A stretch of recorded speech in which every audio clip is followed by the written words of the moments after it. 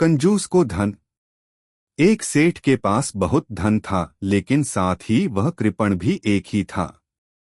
अपने पेट को भी पूरी रोटी नहीं देता था। एक दिन वह किसी दूसरे गांव जाने लगा तो उसके बेटे की बहू ने उसे रास्ते में खाने के लिए कुछ रोटियां बांध दीं और पानी की झारी भर दी। दोपहर को जब भूख लगी तो सेठ जंगल में एक वृक्ष के नीचे बैठकर रोटी खाने लगा। रोटी खाने के बाद जब वह सुराही से पानी पीने लगा तो उसने देखा कि पानी में चीनी घोलकर उसे शरबत बना दिया गया है।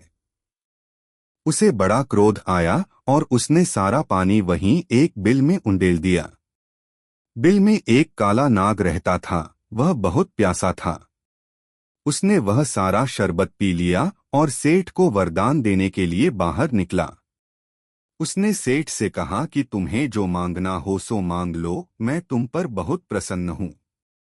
सेठ ने कहा कि कल आकर मांग लूंगा। सेठ अपने घर गया और उसने सारी बात घर वालों से कही।